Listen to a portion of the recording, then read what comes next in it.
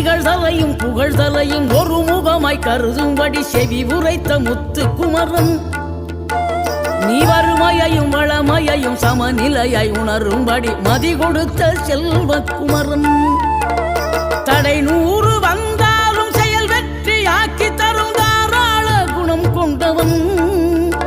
நீ வலை வீசும் அறிவுக்கு தொலைவானவானாகி மாறாது அருள் செய்பவன் தீராத காதலோடு திருவடியை தொழுபவர்க்கு திரவியமே தருகின்றவன் நீ தாராள உள்ளமோடு தவக்கோலம் கொண்டு பெறும் தார்மீக பொருள் தந்தவன் தார்மீக பொருள் தந்தவன் ஆறுபடை வீடும் அருள் வழங்கும் முருகா அருகே நீ ஓடோடிவா மூவிரண்டு முகம் ஜொலிக்க 6